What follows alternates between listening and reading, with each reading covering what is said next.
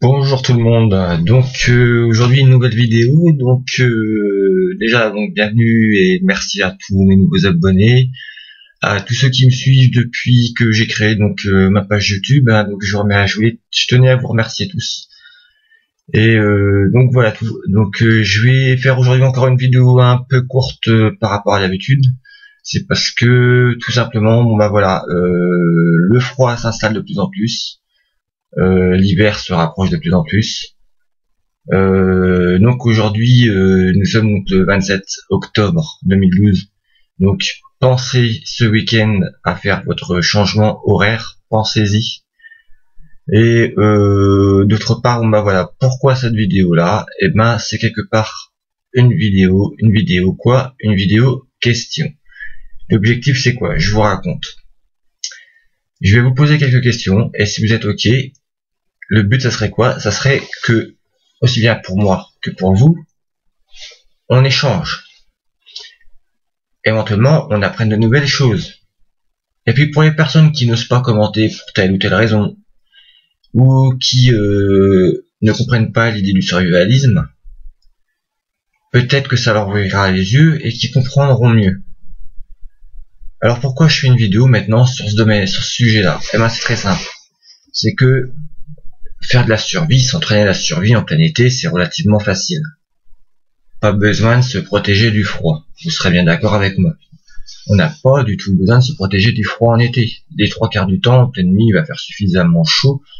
Bon, sauf quand il va y avoir de la pluie et autre chose, faut prévoir un peu plus. Mais sinon, en soi-même, il y a l'été, voilà.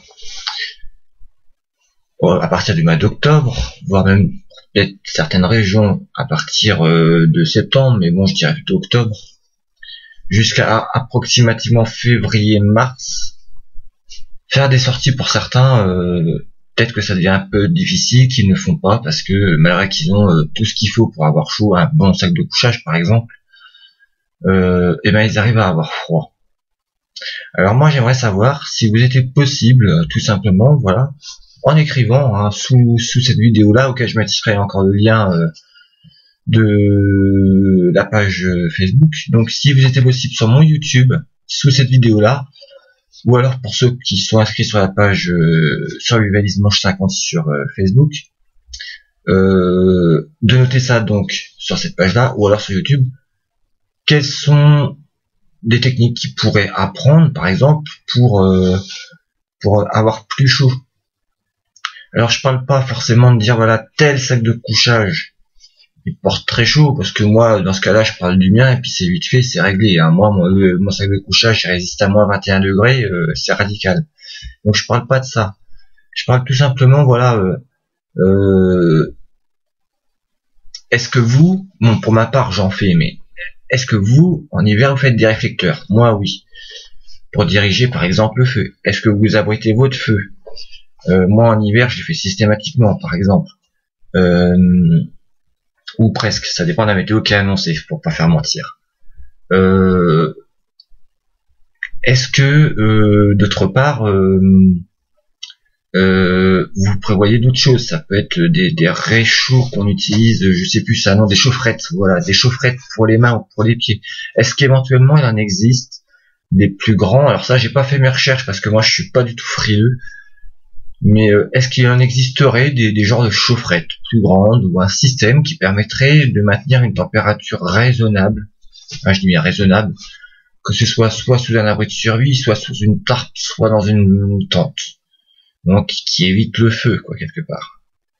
Ça doit bien exister quelque part. Bon, si personne ne peut m'enseigner là-dessus, j'essaierai de trouver, mais je pense bien qu'il doit y avoir un système dans le genre. Après, est-ce que vous connaissez un système de genre de vêtements qui tiennent un peu plus chaud de l'hiver? Au moins pour ma part, voilà, j'utilise cette veste-là par exemple. Sous cette veste-là, moi quand je suis dehors, je suis en t-shirt, même lorsqu'il fait 3-4 degrés à l'extérieur, quoi. C'est pas, et je suis bien au chaud. Après, si j'ai froid, je prends mon polaire et puis c'est bon, je suis à la bonne température. Donc, mais après, peut-être qu'il existe d'autres types de vêtements qui sont non militaires et qui tiennent aussi chaud. parce que tout le monde n'est pas comme moi. Moi, je me dirige vraiment vers le matos militaire. Enfin, de toute façon, ça vous l'aurez compris au fur et à mesure des vidéos. Je ne veux pas d'autre chose que ça. Et pourquoi? Parce que pour moi, c'est fédérable. Enfin bref, je vais pas me relancer là-dessus sur le domaine. Mais peut-être qu'il existe, voilà. Enfin, je sais du moins qu'il existe, mais je m'y connais pas assez pour aborder le sujet. Des types de vêtements qui vont tenir un peu plus chaud. Voilà, tout simplement. Après, enfin bref, tout ce que vous pouvez connaître éventuellement pour aider tout à chacun, à savoir comment se réchauffer, comment se tenir chaud, toutes ces choses-là, et ben je trouve que ça serait sympathique, très honnêtement, qu'on se les partage, on se l'écrit, on se partage les idées, et ainsi de suite. Ça permettra, voilà, tout à chacun qu'on évolue, qu'on s'aide, qu'on puisse tester ça directement sur les lieux, parce que pour la survie, c'est s'entraîner aussi, je le rappelle aussi d'ailleurs, et je pense que ça pourrait être fortement sympathique. Donc voilà tout. Bon, sinon, je vais terminer sur cette vidéo là pour vous dire que bon, la vidéo pour réussir à faire un sac de survie au prix maximum de 200 € avant ça grand pas. Hein, donc je la publierai dans les délais prévus que j'ai dit dans ma précédente vidéo. Et sinon, le mois prochain, je pense vers la date du 15 ou du 16, je publierai une vidéo sur mon nouveau système de communication, donc pas celui-ci que j'avais parlé, mais un autre bien plus évolué, mais ça je garde ça secret pour le moment. Il y a que Doc Crazy qui doit savoir approximativement ce que j'ai, puis je te passe le bonjour d'ailleurs. Et en outre, je vais vous faire aussi une vidéo parce que j'en ai acquéri pas mal.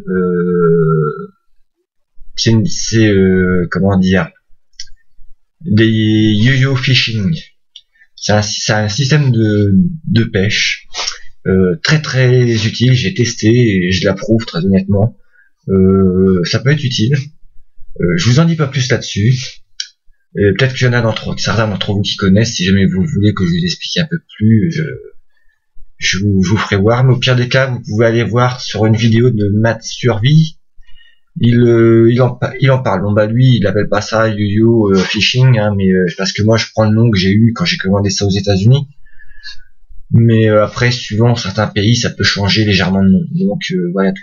Donc sinon, il a fait une vidéo là-dessus et Matt Survie m'a d'ailleurs, t'inquiète pas, moi je prévois justement de faire ce genre de vidéo comme je t'avais mis sur Facebook. Donc voilà tout. Bon allez, sur ce les amis, prenez soin de vous et je vous dis à la prochaine vidéo. Allez, bye.